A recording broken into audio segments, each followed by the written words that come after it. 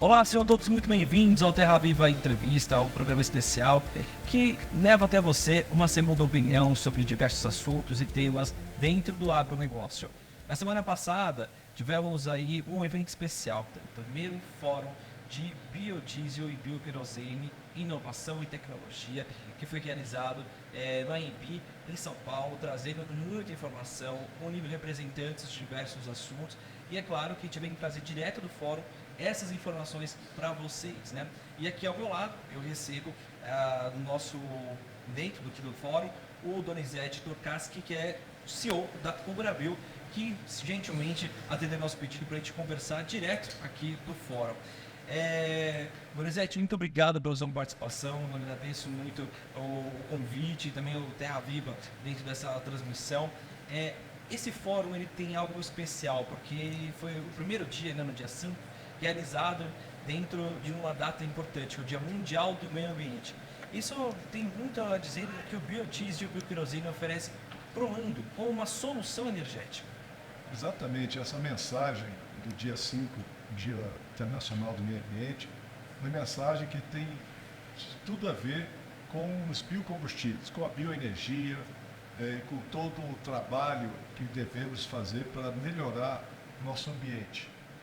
E biodiesel e bioquerosene são dois combustíveis que estão sendo regulamentados agora pela lei do PL Combustível do Futuro. Apesar já do biodiesel já ser utilizado no Brasil, nós não temos ainda a fabricação de bioquerosene. Então, o que nós trouxemos aqui para esse fórum foi exatamente a diversidade de leitura do parlamento, da pesquisa, da academia, dos empresários, da sociedade civil, de fornecedores de insumos, equipamentos, dos produtores de biocombustíveis e aqueles que estão olhando para o futuro. Mas não só olhando para o futuro em termos de negócio, mas está olhando para o futuro em termos da nossa saúde ambiental, da saúde do povo brasileiro. Nós precisamos substituir cada vez mais os combustíveis fósseis por biocombustíveis. E essa desfossilização, ela está retratada exatamente no evento que nós organizamos. Então, esse fórum, ele permitiu um debate amplo para que possamos fazer cada vez mais uma consciência crítica do uso de biocombustíveis versus os combustíveis fósseis que causam danos excessivos à sociedade. Exatamente. Além disso, né, a gente fala sobre esse biodiesel, a gente está também promovendo algo que é a demanda global, né? Se a gente for olhar aquilo que o mundo hoje está demanda sobre uma segurança alimentar, segurança energética, soluções climáticas, né? Além de trazer paz social, né? Paz à humanidade oferecendo alimento. Tudo isso está inserido nessa pauta. Exatamente. Veja só, o biodiesel, ele não pode ser resumido somente como uma energia líquida, ou muito mais do que isso. O biodiesel, ele é energia, energética, é produção de alimentos, proporciona segurança alimentar, ele reduz as emissões e também atende outros objetivos de desenvolvimento sustentável da ONU, ele é segurança climática e o biodiesel reduz os problemas de saúde da população. Nós aqui em São Paulo, nós temos um estudo que foi feito pela EPE, a Empresa de Pesquisa Energética do Ministério de Minas e Energia, e nesse estudo, a própria EPE afirma que o uso de B10, ou seja, 10% de biodiesel no diesel, hoje nós já estamos com um estudo de 14%, mas o B10, ele evita por ano, na região metropolitana de São Paulo, a morte de 244 pessoas. Todos nós nos chocamos muito quando um avião acidentou aqui no aeroporto de Congonhas e centenas de pessoas faleceram. É exatamente esse número que o biodiesel proporciona, ao contrário. Ele permite a vida de 244 pessoas por ano, além dos diversos problemas associados a isso, internações, gastos com saúde pública, afastamento do trabalho, não só daquele indivíduo que é portador de repente, uma doença cardiovascular, pulmonar, asma. Nós temos 20 milhões de asmáticos no Brasil, mas também do familiar que deixa de ir no trabalho, que deixa de produzir para acompanhar aquele paciente que tem um problema causado por quê? Causado pela poluição atmosférica. Então, é esse retrato que nós precisamos ter, é essa valoração que nós precisamos ter dos biocombustíveis versus os combustíveis fósseis. É a geração de emprego no interior do país, é a agregação de valor, é o aumento da renda do produtor rural, é a utilização de resíduos, é toda a tecnologia que nós estamos vendo no Brasil, que foi demonstrada aqui no fórum, as melhores tecnologias para a produção de biocombustíveis, a melhor especificação de combustível que o Brasil tem é o biodiesel. Então nós estamos diante de uma excelência, de um produto de excelência. Nós temos que avaliar os combustíveis não só pelo efeito que ele causa na máquina, mas temos que avaliar o combustível pelo efeito que ele causa na sociedade. E é essa contabilidade social, econômica, ambiental e de saúde pública que é necessário para que a gente possa definir que combustível que nós queremos. Perfeito. Nesse sentido, também tem um ponto que eu gostaria de tratar, que é a inclusão, né? A agricultura familiar também presente na geração dessa energia limpa, dessa energia sustentável. Como é que a agricultura familiar entra nesse sentido? Porque é muito importante a gente falar desse processo, porque nós estamos falando não só de inclusão, mas geração de renda, né, fomentar ainda mais a produção de diversos agentes dentro do setor agropecuário. Pedro, veja só, nós temos hoje aproximadamente 70 mil famílias de agricultores familiares e no fórum nós tivemos a participação da presidente da Unicafes, que é a União das Cooperativas da Agricultura Familiar e Economia Solidária de Alagoas, representando aqui os agricultores familiares, e eles têm no ser o biocombustível social não só uma referência de mercado, mais do que isso.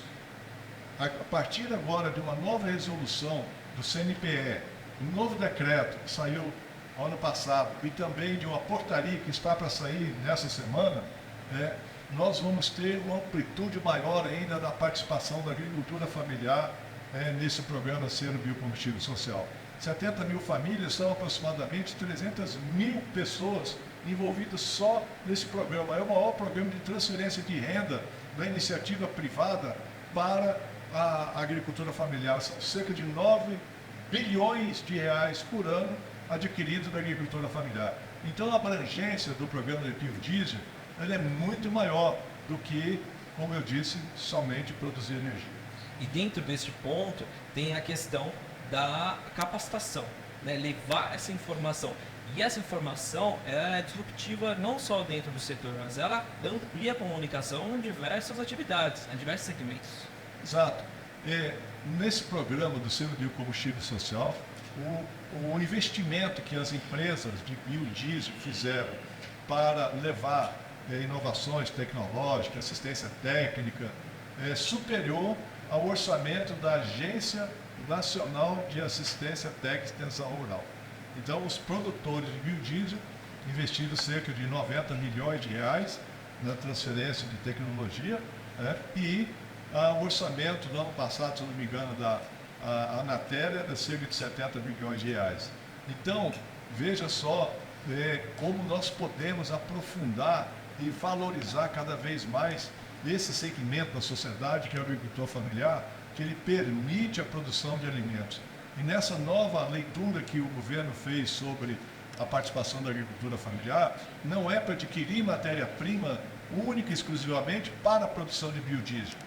É adquirir matéria-prima da agricultura familiar, independentemente se ela vai ser utilizada ou não na produção de biodiesel, valorizando a agricultura familiar. E mais do que isso, em algumas regiões onde nós não temos uma produção de excedente pela agricultura familiar, esse programa agora vai permitir fomentar, ter investimentos para que aquela família possa produzir mais além da sua sustentação, mas que ele possa produzir o excedente para ser comercializado, gerando ainda uma melhor condição de vida dessas pessoas.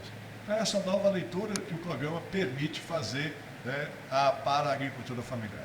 Um dos pontos, Donizete, que a gente viu aqui no fórum, que eu achei interessante, para a gente retomar neste bloco, é a capacidade do Brasil de ampliar essa produção, porque temos muito espaço.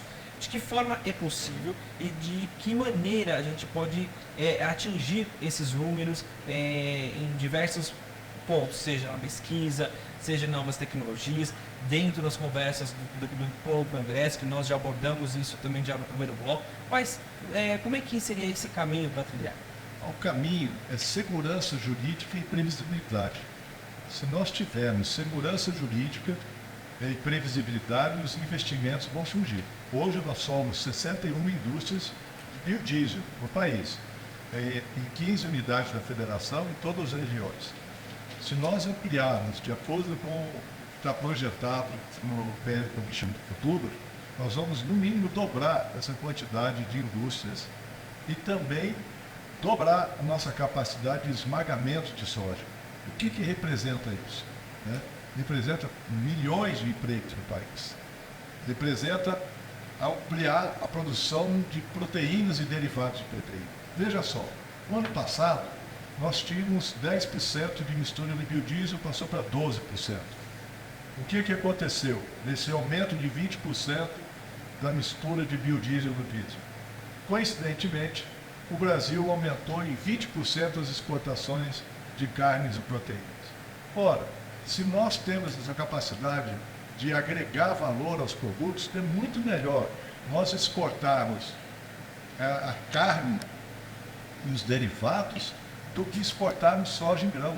Nós hoje estamos exportando cerca de 100 milhões de toneladas de soja em grão. Isso não é bom para o produtor rural, porque não estamos agregando valor na economia regional. Quando nós ampliarmos a nossa produção de biocombustível, aqui de biodiesel, esmagando mais soja, nós vamos dar uma segurança também melhor no mercado. Veja a volatilidade do preço da soja nesses últimos períodos. Por quê? Porque alguns países estão deixando de comprar a soja do Brasil, porque alguns países estão buscando outras alternativas ou estão buscando farelo. E se nós exportarmos o farelo, vamos fazer o que com o óleo? Nós temos a destinação. A indústria brasileira está pronta para ampliar essa produção. Nós temos tecnologia de ponta. Nós temos os melhores índices já de especificação no biodiesel. Nós temos hoje, além disso, a experiência desses 20 anos na produção de biodiesel. O que nós não podemos submergir é as fake news e as desinformações que são prestadas por alguns setores retrógrados da economia nacional, que colocar culpa de problemas advindos dos próprios equipamentos ou do setor de distribuição ou de falta de boas práticas, tentam induzir isso no biodiesel. Nós tivemos um exemplo que foi muito bem dado aqui pelo pessoal, pelos pesquisadores. No Chile não tem biodiesel e lá tem problema de entupimento de filtros, de bicos e injetores, e lá eles usam o diesel S15, ou seja, um diesel bom. Aqui no Brasil, nós utilizamos ainda cerca de 40% do diesel S500, 500 partes por milhão de enxofre. É um combustível veneno, que nós estamos sendo contaminados pela quantidade de enxofre, material particulado, HPA, hidrocarboneto policíclico aromático, que é cancerígeno. Então nós temos que combater isso e aumentar a produção de biocombustíveis para girar mais a nossa economia. Por falar em girar a nossa economia, nossa frota, a forma como escoamos a nossa produção é via rodovias. A gente tem uma frota de caminhões muito grande. E nessa frota, a gente tem, inclusive, um interesse muito grande da indústria de se modernizar nesse sentido. Mas vocês estão acompanhando também as fabricantes desses grandes veículos nessa tomada. A gente sabe muito bem que empresas, tanto de frigoríficos, tanto também empresas que trabalham no setor de grãos, já estão modernizando as frotas. Já é uma tendência também nesse sentido? A Ubrabil, há pouco tempo, ela participou, juntamente com a Frente Parlamentar do Biodiesel, de um evento que fizemos lá em Brasília, demonstrando o uso de B100. né, os caminhões de diversas marcas, né, vou fazer a propaganda deles porque eles são muito bem-vindos, a Volvo, a Scania, a Volks, né, demonstrando o uso de B100 desses caminhões, ou seja, dando garantia para o uso de B100. E mais ainda, a fabricante de motores estacionários, que participou conosco aqui também no fórum, também dando garantia de B100, a BRG, dos motores estacionários geradores de grandes grupos de energia. Ou seja, nós estamos prontos, tecnologia existe, e que não podemos ficar aderente a esses processos de fake news que tentam diminuir o valor do produto. E isso é uma questão, Pedro, que nós temos que analisar muito bem. Não é só o preço, é o valor que está por trás. E aqui no fórum nós tivemos a oportunidade de ter aqui diversos segmentos da sociedade discutindo de uma maneira extremamente democrática, demonstrando as oportunidades que o Brasil tem e que ainda vai ter decorrente do uso de biocombustíveis. E é nesse diapasão que nós temos que perseguir. Nós perseguimos exatamente o que a sociedade demanda e não só o que as máquinas demandam. E se as máquinas não estiverem apropriadas, que sejam apropriadas. Mas aqui nós tivemos o Sindipécias, nós tivemos aqui a FenaBrave, demonstrando que é extremamente importante a ampliação da participação do biodiesel nessa mobilidade cada vez mais limpa, nessa transição energética que representa, de fato, a importância da neoindustrialização no Brasil. E nesse contexto, ainda temos uma situação em que muitas atividades do setor agropecuário se deparam, né? Que é a desinformação ou até mesmo a mentira, né? Que hoje tem o nome de fake news. Nesse ponto, como é que vocês estão trabalhando nessa comunicação? Acredito eu que também existe esse problema lá fora também, né? Como é que vocês estão trabalhando dentro dos diversos agentes deste segmento? Da maneira que você presenciou no fórum, né? Nós tivemos aqui a ANP, a Agência Nacional de Petróleo, Gás Natural e Biocombustível. Nós tivemos aqui o Ministério de Minas e Energia. Nós tivemos aqui a Embrapa Agroenergia. Nós tivemos aqui a academia, os melhores professores, os mais citados no mundo na pesquisa de biocombustível, né? Nós tivemos aqui a Universidade de Brasília dando depoimento de quão é importante esse crescimento. Então, assim como vocês, a Terra Viva, estão demonstrando para a sociedade esse papel de que nós podemos, de fato, ampliar esse debate. E nós estamos prontos para debater com quem quer que seja, de qualquer área, e fica aqui o convite ao universo, né? Você deveria estar nos convidando, mas fica aqui o convite para que você chame quem quer que seja desse setor que produz notícias que não são as verdadeiras, para que a gente possa desmistificar isso, a gente trazer a verdade. O que nós queremos é apresentar para a sociedade sempre a verdade. E a verdade, ela é intransponível do ponto de vista tecnológico. E nós estamos sempre adiante, e cada dia buscando uma oportunidade para melhorar ainda mais o que nós já produzimos de excelência. Por falar em verdade, a verdade ela se pauta também, ela tem aí podemos dizer, um alicerce que é baseado na ciência, naquilo que é provado por pesquisadores que debruçam aí anos e anos e anos sobre um determinado molécula, partícula, enfim, uma pesquisa. A Embrapa participou aqui também deste evento, né? Como é que é essa parceria com esses pesquisadores, com a Embrapa, para avanços tecnológicos, inclusive o nome do primeiro fórum, né? Tecnologia e inovação, que se dá como principal insumo a pesquisa. Começa no laboratório, né? No sentido catedrático, dentro do laboratório, e aí sim vai conquistando o mercado. Pedro, nós estamos trazendo aqui não só a Embrapa, né? Vários pesquisadores da Embrapa, mas trouxemos aqui também pesquisadores e empresas que estão investindo bilhões de reais, né, em inovação de matérias-primas, inovação de insumos. Então, como você muito bem diz, a verdade científica, ela sempre está sendo buscada de uma maneira a ser cada vez mais exaurida. E nesse campo que nós estamos aqui, articulando com todos esses setores, para a gente aprofundar e discutir cada vez mais, agregando pessoas e conhecimento.